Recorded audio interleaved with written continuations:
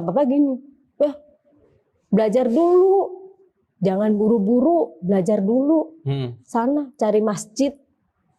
Nih bapak kasih masjid 5, dicatetin tuh 5 tempat masjid. Buat belajar? Buat belajar Islam. Tapi belum mualaf waktu belum. itu? Saya belum mualaf waktu itu. Juga belum ada keinginan buat mualaf, belum. Hanya penasaran. Buat kenalan Ibu. Ibu ini adalah Ibu Luciana Dewi ya? Nama saya Luciana Dewi, umur saya 32 tahun. 32 tahun.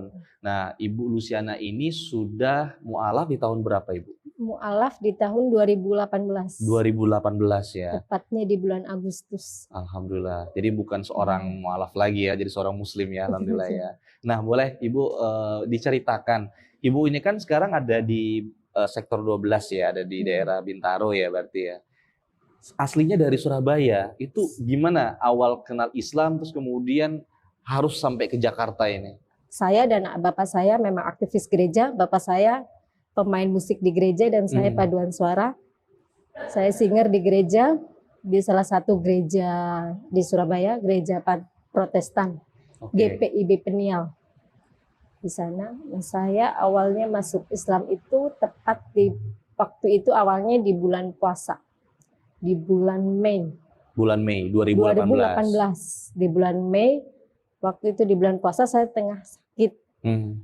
Sakit, jadi saya tiba-tiba sakit itu nggak sembuh-sembuh. Sakit apa itu? Lambung. Oh, lambung. Lambung karena kata dokter lambungnya memang sudah akut, sudah banyak sariawan-sariawan. Jadi kambuh, begitu lagi harus suntik tiap hari, suntik lambung, ranitidin obatnya. Nah, habis itu pas di bulan puasa saya tiba-tiba dengar suara tadarus. Kok kayaknya adem, padahal puasa-puasa yang lalu juga saya dengar tadarus. Ya? Tapi tahun ini beda sekali. Kayaknya kok hati saya adem. Hati saya kok tenang. Saya mencari tahu, pas saya udah enakan, saya nyari tahu. Apa sih itu Islam? Saya iseng main ke masjid. Dekat rumah. Ke masjid itu saat itu? Saya diusir, nah saya nggak pakai kerudung waktu itu. Diusir saya sama bapak-bapak di situ. Pergi Bu. Akhirnya saya pulang lagi. Saya cari lagi masjid lagi. Waktu itu saya sama tukang ojek, dianterin sama tukang ojek. Mbak mau kemana? Nggak tahu saya juga mau kemana. Yang penting kasih saya tempat yang tenang Pak. Dianterinlah ke Masjid Sunan Ampel sama dia.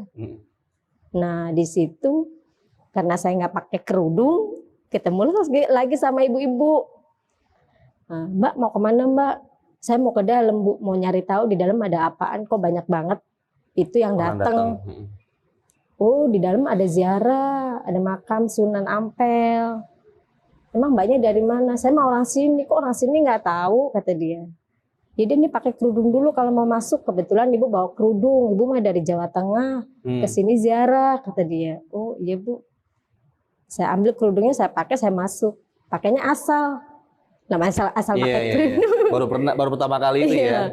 Saya masuk ke dalam. Langsung tuh ada masjid kecil di situ kayak musola. Saya masuk. Pak, saya mau masuk Islam dong. Oh, langsung masuk Islam waktu itu? Kata bapak-bapak gini. Wah, belajar dulu. Jangan buru-buru, belajar dulu. Sana cari masjid. Nih bapak kasih masjid 5, dicatetin tuh 5 tempat masjid. Buat belajar? Buat belajar Islam. Tapi belum mualaf waktu belum. Itu? Saya belum mualaf waktu itu. Juga belum ada keinginan buat mualaf, belum. Hanya penasaran. Saya juga belum datang langsung ke sana nih. Anak saya ngadu nih ke bapak saya. Bapak, itu tuh mama pergi ke masjid mulu tuh. Udah tahu Kristen pakai ke masjid mulu. Saya dipanggil sama orang tua, memang rumahnya memang gak jauh dari rumah saya, dipanggil lah. Lus, kamu ke masjid ngapain? Mau belajar Islam. Mau ngapain? Langsung saya dikurung sama bapak saya di kamar. Dikasih Alkitab, suruh belajar di situ. Kamu belajar lagi Alkitab. Suami saya datang. Kok saya nggak pulang-pulang sampai malam? Suami saya datang. Tapi belum tahu itu? Belum tahu suami saya, nggak tahu. Kalau saya belajar Islam tuh nggak tahu. Pak, Lucy ada. Lucy nggak boleh pulang dulu. Biar dia meresapi dulu kesalahan dia di mana. Kata bapak saya. Suami saya pulang lagi. Saya tetap dikurung. Saya menemukan satu ayat tuh di Alkitab. Saya tulis karena di sini saya baca saya takut salah karena memang Kalau Alkitab, Al-Quran banyak dihafal, tapi kalau Alkitab susah buat dihafal. Oke. Itu Dan itu apa ayatnya? di Injil Matius pasal 7 ayatnya yang ke-21 itu berbunyi, bukan setiap orang yang berseru kepadaku Tuhan, Tuhan akan masuk ke dalam kerajaan surga. Saya ulangi, bukan setiap orang yang berseru kepadaku Tuhan, Tuhan akan masuk ke dalam kerajaan surga. Melainkan dia yang melakukan kehendak Bapakkulah yang di surga. Di sini Nabi Isa aja nggak menyajikan untuk masuk surga walaupun kita berseru-seru Tuhan, Tuhan. Nggak ada perjanjian surga di situ. Orang di Alkitab dijelaskan kok. Insya Allah itu langsung dapat dari langsung berapa saya lama buka, baca satu persatu atau langsung? Saya iseng aja langsung buka, menemukan langsung ini.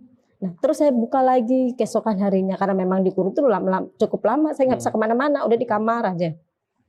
Itu saya menemukan lagi di Markus 12, Markus pasal yang ke-12 ayat yang ke-29 berbunyi, hukum yang terutama ialah, dengarlah hai orang Israel, Tuhan Allah kita itu Tuhan yang Esa. Tuhan Allah itu Tuhan yang Esa, itu di syahadat. Tuhan itu cuma satu, Allah doang. Nggak ada yang lagi-lagi. Tapi sebelumnya itu sudah kenal Islam? Enggak. Ibunya? Enggak, karena memang orang tua saya dua-duanya Islam. Jadi kayak dulu Islam? Bapak ibu saya itu Islam. Islam dari lahir. Tiba-tiba saya juga nggak tahu, tiba-tiba masuk di Kristen. Menikah juga menikah di Kristen mereka. Punya anak 3, abang saya dan adik saya. Tapi sebentar, sebelum kita tadi membahas sampai membaca Alkitab di rumah dan di kurung itu, saya penasaran. Dari awalnya ketertarikan dari tadarus hingga akhirnya langsung mau mu'alaf itu seperti apa? Masuk gambaran yang tidak mengenal Islam sebelumnya gitu. Nggak tahu, suaranya kayaknya enak, apa karena dari pembawaannya yang mungkin yang melantunkan bacaan itu langsung penasaran. Langsung penasaran. Kok enak banget. Biasanya enggak, kok enak banget. Lalu kalau ketika akhirnya pingin mu'alaf itu, apakah punya sesuatu yang akhirnya ingin mu'alaf itu dari Alkitab itu? Saya menemukan ayat-ayat itu yang nggak menjanjikan saya di surga. Saya sia-sia dong selama ini. Nah, waktu di masjid sebelumnya? Saya hanya iseng. Saya hanya iseng aja. Jadi kepo aja ya? Kepo maksudnya aja. Islam tuh kayak mana sih? Ya gimana gitu, sih kalau di gereja kan kita mau masuk Kristen gampang banget, tinggal dibaptis. Pak, saya mau masuk Kristen langsung dibaptis. Nggak pakai persyaratan A, I, U, E, O, babi, bu, bebu, itu nggak ada.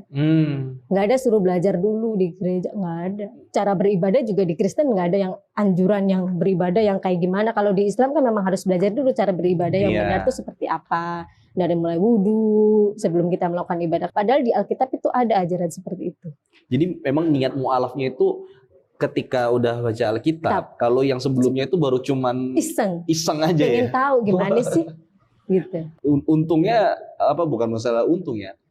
Jadi kalau pas Ustadz itu tiba-tiba ya sudah mu'alaf di kala itu gimana? Aduh, nggak jadi. Untungnya berarti enggak ya itu ya. Nah, akhirnya ketika dikurung sehingga akhirnya menemukan ayat-ayat dan merenungkan gitu kan. Itu baru melihat bahwasanya oh ini pilihan saya di Islam gitu. Ya, dari situ, dari ayat-ayat itu saya jadi memantapkan saya ini nggak ada di ajaran saya. Dan apa namanya langsung di ketika itu pingin benar-benar mu'alaf nih, bukan versi iseng nih berarti. Bukan versi iseng. Oke. Nah, setelah dari dikurung itu akhirnya dinasihati. Dinasihati sama bapak saya. Gimana kamu? Sudah baca sampai mana? Kata bapak saya seperti itu. Saya bacain, Pak, saya menemukan ayat ini, saya menemukan itu. Bapak saya tetap, kamu tahu nggak Islam itu seperti apa?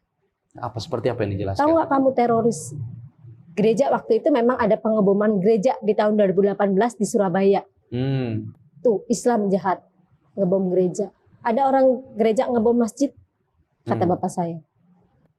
Kamu masih tetap mau belajar Islam? Saya diem aja waktu itu. Terus ibu saya ikut campur. Kamu tahu nggak di Islam, hidup kamu bakal susah. Oh, diancam seperti itu ya? Hidup kamu bakal susah. Ini seperti itu. Tuh lihat almarhum ibu saya sama bapak saya. Kata ibu saya kan memang nenek kakek Islam.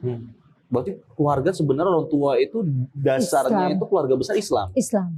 Jadi kakek nenek Islam, tapi memang sudah almarhum semuanya. Tuh lihat Karena memang benar-benar faktor ekonomi juga kurang. Jadi yang menopang saudara semua itu memang dari bapak dan ibu saya. Padahal keyakinan sama ekonomi itu bukan hal yang bisa disatukan untuk masalah keyakinan ya. Karena kan dunia ini cuma sementara. Iya. Nah akhirnya ketika dinasihati itu, apakah ibu terfikirkan ulang, oh iya benar atau tidaknya, atau bahkan tetap yakin di Islam? Tapi saya tetap itu sama bapak saya. Tapi maaf Pak, teroris segala macam itu kan oknum, bukan ajaran Islam. Ajaran Islam juga mungkin kan nggak ada seperti itu. Bahkan gak di ada Eropa agama aja masjid ada yang ditembak-tembakin itu jamaahnya. Nggak Kan ada kita tidak menyalahkan keyakinannya kan, menyalahkan oknumnya kan. Jadi jangan salahkan keyakinannya gitu. Saya bilang seperti itu. Tapi bapak saya tetap aja yang kekeh. Yaudah, tutup lagi pintu, dikurung lagi saya. Bukan lagi ayat-ayat lagi, karena hanya megang Alkitab aja. HP enggak, apapun enggak, sampai 1 minggu. 1 minggu. Akhirnya, gimana Lus? Ke gereja hari Minggu. Ngisi vokal. Iya Pak. Saya tetap ikut ke gereja waktu itu sama Bapak. Nah. Dan ikut juga nyanyi itu. Nyanyi juga. Pendeta waktu itu khotbah tentang ulangan. Nah yang itu, isinya? Jangan ada padamu Allah lain di hadapanku. Kata pendeta, jangan ada padamu Allah lain di hadapanku. Cuman Allah. Allah. Kenapa ada yang lain? Sedangkan di kitab aja seperti itu tulisannya. Ya kan? Tahu kebetulan, tahu apa bagaimana, tahu Allah udah ngirim tuh si pendeta sih. Seperti itu saya juga nggak tahu. Tiba-tiba aja seperti itu khotbahnya. Saya dengerin pulang dari masjid, Pak saya mau izin, pulang dari gereja, Pak saya mau izin main. Oh ya udah, bapak saya udah girang nih, saya udah mau ke gereja, saya udah seperti biasa ikut nyanyi. Bahkan dulu rumah saya juga di atas sempat dibuat gereja. Gereja lagi renovasi, jadi dipindahkan kegiatan gereja di rumah saya waktu itu. Tapi ketika dapat khotbah seperti itu, makin kepo sama Islam. Apa sih ini? Saya datang nih ke masjid lagi nih, datang ke masjid 1. Pak, saya mau masuk Islam. Sungguh-sungguh yang ini ya? Sungguh-sungguh yang ini, karena sudah menemukan semuanya. Pak, saya mau masuk Islam. Sama si masjid ini saya ditolak. Oh, ditolak lagi? Ditolak karena harus minta surat izin dari suami, karena ibu sudah bersuami. Saya waktu itu bawa KTP sama kartu kakak. Bawa KTP sama kartu kakak. Saya mau masuk Islam Pak, harus izin dari suami. Nggak mungkin saya izin sama suami saya. Hal mustahil buat saya kalau saya izin. Pasti nggak bakal diizinkan. Saya datang lagi nih di alamat yang kedua, masjid yang kedua. Pak, saya mau masuk Islam. Harus ada surat izin dari orang tua. Waduh, surat izin dari orang tua. Waduh, lebih berat lagi nih surat izin dari orang tua. Iya. Tapi itu memang di setiap masjid meminta persyaratan itu. Iya. Saya juga nggak tahu apa karena mereka mungkin takut dengan hukum atau bagaimana. Untuk lebih meyakinkan kali ya. Untuk lebih meyakinkan. Jadi saya bingung lagi, kok nggak bisa. Coba nih masjid ketiga, kalau memang semuanya ini masjid nolak saya, ya sudah mau dikata apa. Berarti bisa jadi nggak jadi mualaf. Bisa jadi saya nggak jadi mualaf. Karena nggak ada yang menguatkan saya, nggak ada yang ibarat kata nguatin saya di situ. Keinginan saya datang masjid ketiga, di Masjid Cheng Ho itu terakhir, alhamdulillah. Jadi langsung saya di Masjid Cheng Ho itu. Masjid Cheng Ho. Itu saya belajar nggak langsung mualaf, belajar dulu, belajar wudhu, belajar sholat. Pembekalan baru, Iya, pembekalan baru disahadatin di bulan Agustus tuh, belajar dari mulai bulan Juni. Agustus 2 bulan lumayan ya. Nah, artinya dari 2 bulan itu bolak-balik dari rumah. Bolak-balik dari rumah. Itu orang rumah belum ada yang tahu saya masuk di Islam. Bolak-balik itu pun pakai kerudung, saya di tengah jalan. Pak, saya pesen Gojek waktu itu, aplikasi Gojek. Saya izinnya ke rumah sakit, mau ke rumah sakit mau suntik. Oh iya, mau ke rumah sakit mau suntik. Iya. Nah, saya bolak-balik tuh ke masjid, pakai kerudung di tengah jalan. Saya tanya, Pak Ustadz, saya nggak apa-apa pakai kerudungnya di tengah jalan. Soalnya saya kalau pakai di rumah nggak mungkin. Iya. Nah, satu saat ketahuan sama suami saya dari riwayat Gojek. Tujuannya hanya satu, Masjid Cheng Ho, Masjid Cheng Ho, Masjid Cheng Ho. Ditanya sama suami, kamu ngapain? Sama menemukan kerudung dalam tas yang biasa saya buat pergi ke sana. Kamu ngapain? Saya mau masuk Islam. Saya sudah nggak bisa lagi sama kamu kalau kamu memutuskan masuk Islam. Oh, langsung tegas seperti Langsung itu. tegas seperti itu. Pulang saja ke rumah orang tua kamu. Saya nggak mau, kata dia. Saya pulang ke rumah orang tua saya. Orang tua saya kebetulan belum tahu. Jadi aman saya nih. Aman nih ceritanya nih, masih aman. Pulang ke rumah orang tua saya masih bolak-balik. Saya masih bolak-balik Masjid Cengho nih. Masih tetap ya? Masih tetap. Kegiatannya. Karena suami saya nggak lapor ke bapak saya. Cuman gini dong, kok kamu nggak pulang-pulang terus di sini mulu? Nggak apa-apa, udah izin sama Gin. Oh, mas suami. Oh ya udah. Nggak dimarahin. Enggak, udah izin mau di sini. Iya. Nggak curiga bapak saya. Suatu saat saya sholat di rumah, sholat zuhur, sholat asar di rumah. Bapak saya kebetulan di depan pintu kamar mandi. Kamu ambil wudhu, Lus? Enggak. Kok kerannya bunyinya begitu? Katanya. Bunyinya lain. Enggak. Saya sholat di atas. Pas kebetulan saya dirawat, abang saya ngebongkar kamar saya, ada mukena dan sajadah. Oh, oke. Saya pulang dari rumah sakit, langsung saya diinterogasi sama orang tua. Kamu sholat di rumah? Iya Pak. Kamu tahu nggak ini rumah orang Kristen? Tahu. Kalau kamu tahu orang ini rumah orang Kristen, kamu pergi dari sini. Nggak usah bawa apapun, bawa baju yang kamu pakai. Saat itu juga? Saat itu juga. Uang saya udah nggak punya. 1.000 rupiah aja saya nggak punya. Suami juga udah?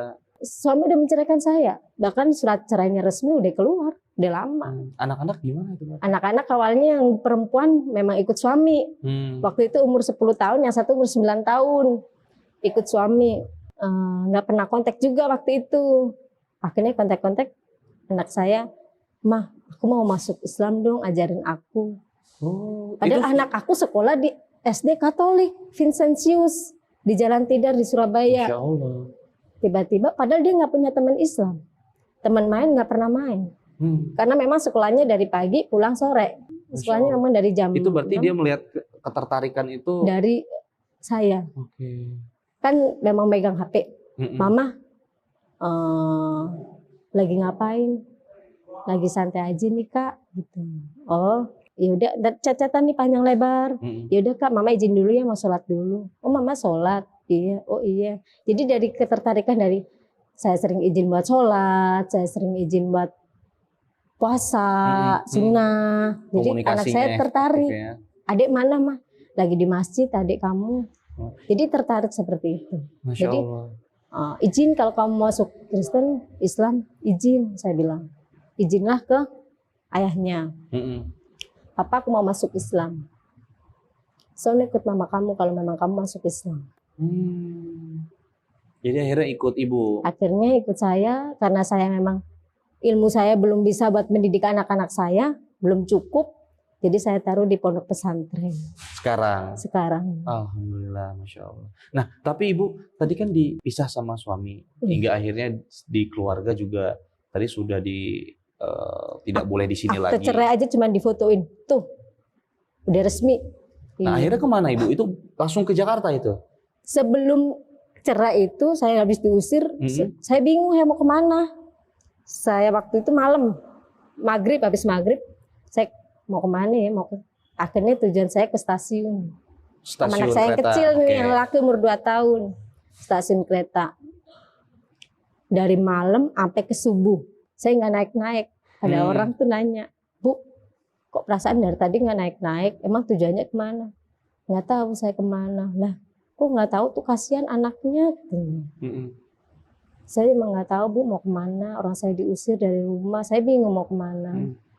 Akhirnya saya cerita, ya sudah, saya kasih tumpangan, kata dia. Saya ongkosin buat ikut saya, tapi saya nggak bisa numpangin lama-lama, kata dia.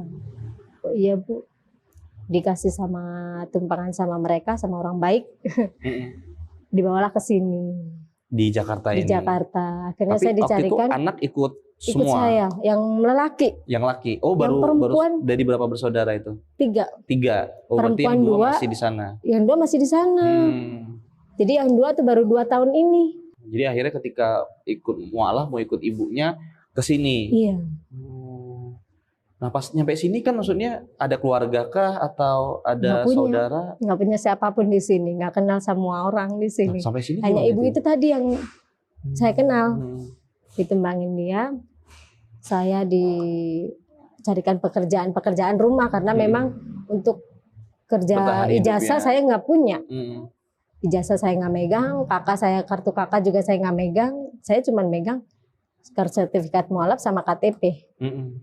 Saya dicariin pekerjaan mengerjakan tali masker Oke. Saat dengan itu. penghasilan tergantung dapatnya saya berapa per hari. Jadi kayak borongan gitu di rumah. Masya Allah. Iya, ya anak saya yang kecil itu yang bantuin saya. Nanti bantuin nganterin kalau sudah jadi nganterin ke bosnya. Itu ini saya agak dalam ya Bu ya, penasaran sebenarnya. Saat akhirnya suami ngajak berpisah, kemudian bahkan orang tua untuk tidak boleh tinggal di tempat itu lagi, apa perasaan ibu saat itu? Apakah itu kan artinya ada konflik ya, maksudnya itu keputusan yang sangat luar biasa. Walaupun memang keputusan untuk menjadi mualaf itu lebih besar lagi daripada itu. Tapi waktu itu bagaimana Ibu untuk apakah justru di situ makin kuat imannya atau bahkan goyah gitu? Awal saya masih kuatnya karena saya masih punya Allah. Saat sama suami itu Bukan, dipisah? pisah sama suami, saya punya anak nih sama anak saya. Kita punya Allah Bang, punya Allah yang nyiptain kita. Jadi masa iya sih Allah nyobek mulut kita nggak dikasih makan. Soalnya kan ucapan ibu saya gini, jangankan lu buat hidup, buat makan aja lu bakal susah.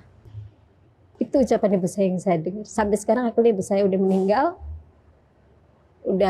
meninggal di tahun 2019 di bulan Desember. 1 tahun ya sekitar setelah mualaf. Itu sempat telepon di bulan Desember juga tanggal muda pokoknya itu ibu saya telepon. Lus, kamu emang nggak niat buat pulang lagi? Pindah balik ke Kristen, kata ibu saya. Saya bilang, enggak Bu, maaf udah pilihan saya. Jika kamu memang nggak mau balik ke Kristen, mending kamu minum racun aja sama anak kamu. Cuman bikin malu keluarga, bikin aib keluarga. Mending mati sekalian. Ibu nggak punya anak kamu nggak apa-apa. Nggak tahunya ibu saya mau pulang. Dan saya tuh sempat mimpi ibu saya itu di dekat pembakaran digosong.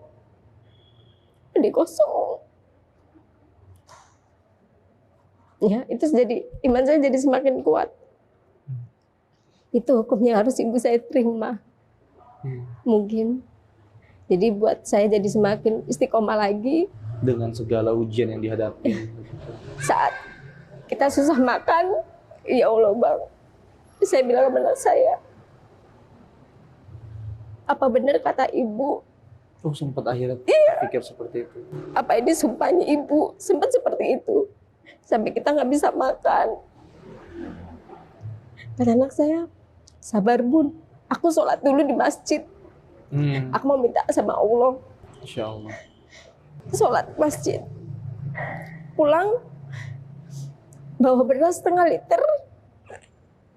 Indomie 1. Bang, kamu dari mana? Alhamdulillah. Pak Haji kasih aku Bun uang 10.000, aku beliin beras goceng, kata dia. Aku beliin Indomie buat kita makan. Sampai kadang air minum kita nggak kebeli, ya kita udah Bun minum air keran aja nggak apa-apa, nggak mati ini, kata anak saya yang kecil. Karena memang dia sholatnya memang rajin, alhamdulillah.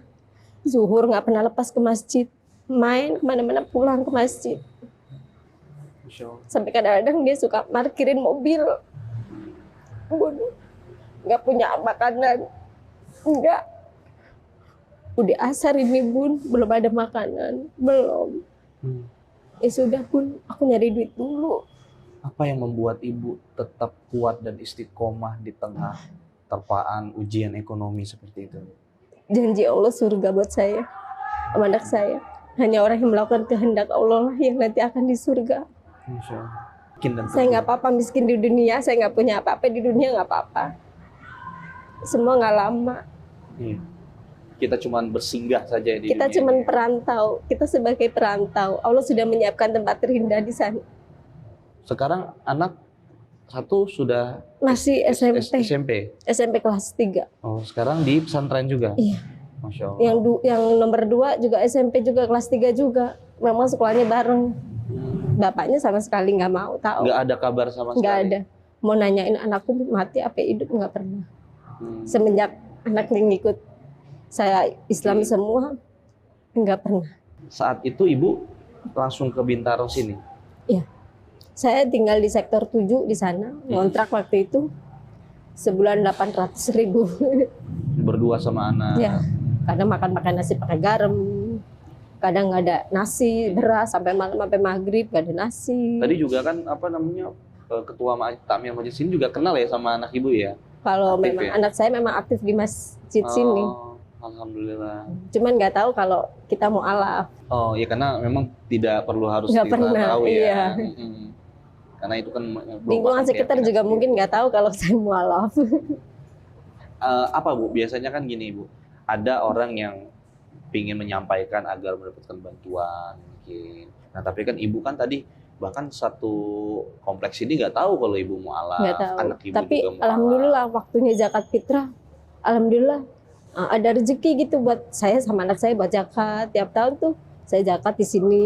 Juga saya nggak pernah ngomong kalau saya juga mau alaf gitu, nggak pernah ngomong. Anak-anak kepikiran nggak Bu? Bapak kok nggak pernah kontak atau mungkin Bapak kok Kalau yang kecil bahkan sama sekali nggak pernah nggak tahu bapaknya. nggak ini ya, maksudnya belum Nggak kenal. belum ngerti ya waktu Nggak kecil kenal. itu Ini ya? ayah aku ini nggak pernah kenal. Sampai sekarang pun juga nggak menanyakan ayah aku kayak gimana sih, nggak pernah. Dari keluarga ada yang coba menghubungi? Sebenarnya kontaknya ada tapi memang nggak pernah menghubungi.